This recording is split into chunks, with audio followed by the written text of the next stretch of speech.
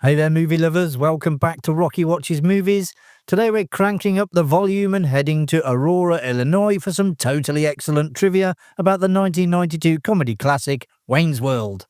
This film became a cultural phenomenon, giving us air guitar anthems, unforgettable catchphrases, and a love for public access TV. But how much do you really know about Mike Myers, Dana Carvey, and the gang behind this party-on masterpiece? So cue up Bohemian Rhapsody and let's headbang through 20 things you never knew about Wayne's World. Though Saturday Night Live catapulted Wayne Campbell to fame, the character was originally conceived by Mike Myers during his teenage years and first appeared on Canadian television. Wayne made his initial on-screen appearance on the alternative video program City Limits, and later on its Only Rock and Roll in 1987, featuring in a sketch titled Wayne's Power Minute. When Myers joined the cast of SNL in 1989, he brought Wayne along for the ride. Wayne's World premiered on SNL on 18th of February 1989. When Mike Myers first developed the character of Wayne Campbell, he didn't envision a sidekick. Even when he was hired at Saturday Night Live and pitched Wayne as the central character of a recurring sketch, he intended to keep it that way.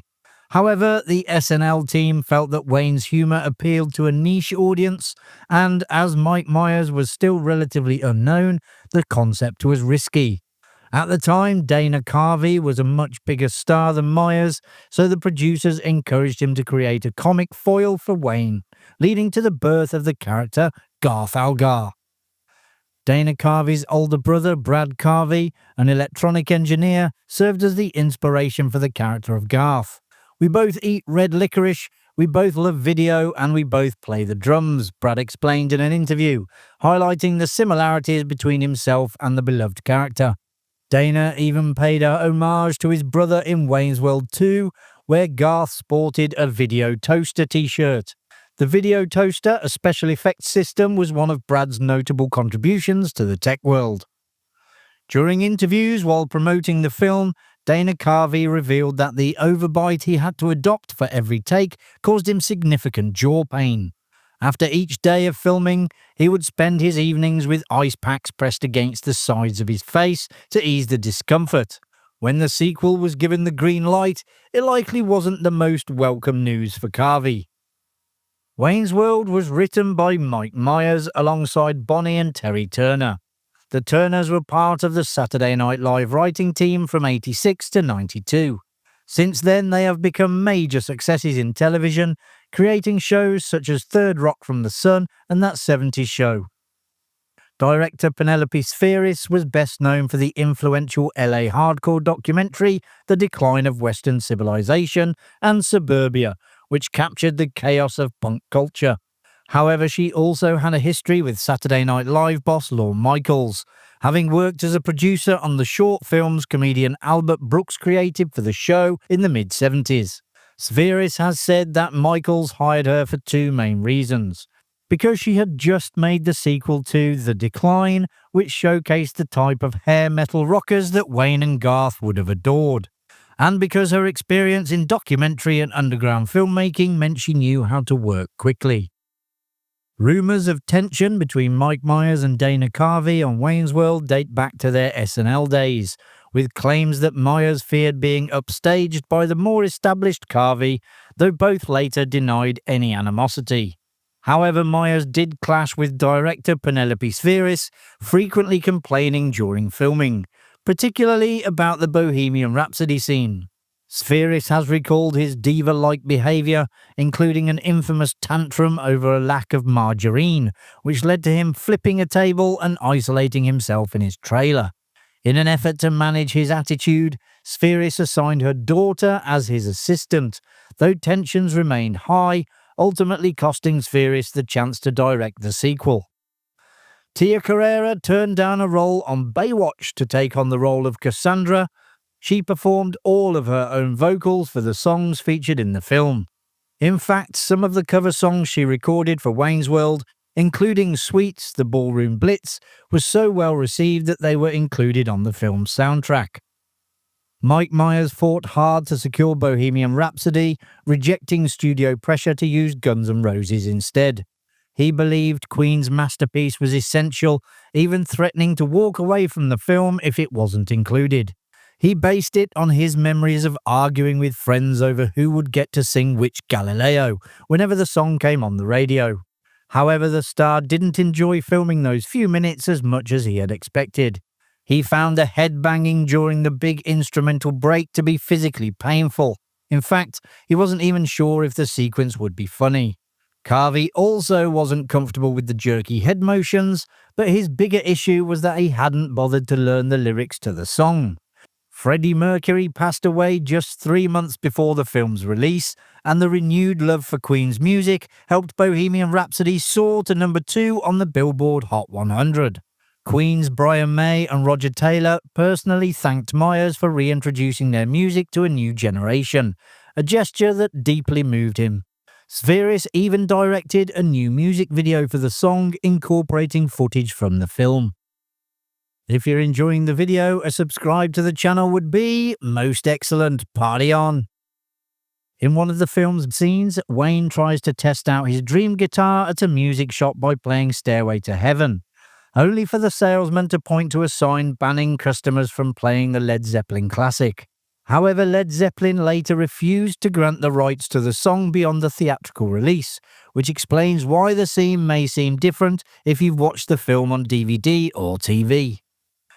In that same scene, Garth breaks into an impressive drum solo, and yes, that's really Carvey playing. Beyond his comedic talent, Carvey is a skilled drummer, and he wasn't shy about showing off his abilities to a live audience in 1996 on his short-lived TV show, The Dana Carvey Show. Many of Wayne's World's funniest moments were improvised, thanks to director Penelope Spheris' willingness to let the cast experiment, provided they kept to her strict schedule.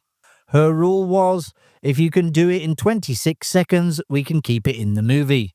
This led to unexpected gems like Wayne's infamous cream of some young guy joke. Another standout improvised moment was Wayne and Garth's conversation while lying on the hood of the car, where Dana Carvey ad-libbed the now classic Bugs Bunny question, "Did you ever find Bugs Bunny attractive when he put on a dress and played a girl bunny?" Myers' genuine laughter at an unseen joke from Carvey was later edited in, making the scene seem more authentic. When the film premiered in 1992, it became only the second film adapted from a Saturday Night Live sketch, following 1980's The Blues Brothers, starring Jim Belushi and Dan Aykroyd. Like Myers, Wayne's World was the film debut of fellow SNL alum Chris Farley, who had a cameo as a security guard at an Alice Cooper concert. He later returned for the sequel, this time portraying Milton, a friend of Wayne and Garth. The film helped revive Rob Lowe's career after a downturn following a 1988 sex tape scandal. It also redefined him as a comedic actor, a role he carried forward alongside Myers in all 3 Austin Powers films. When Mike Myers sought to license some of Alice Cooper's music for the film, he aimed to feature I'm 18 and School's Out, 2 of the rocker's most iconic hits. However, Cooper's manager, Shep Gordon, suggested they use a track from his latest album, Feed My Frankenstein. After this meeting, Myers and Gordon became close friends, and Myers later went on to direct a documentary about Gordon titled Supermensch, The Legend of Shep Gordon. Translating Wayne's World for an international audience was a challenge due to its heavy use of American slang and catchphrases.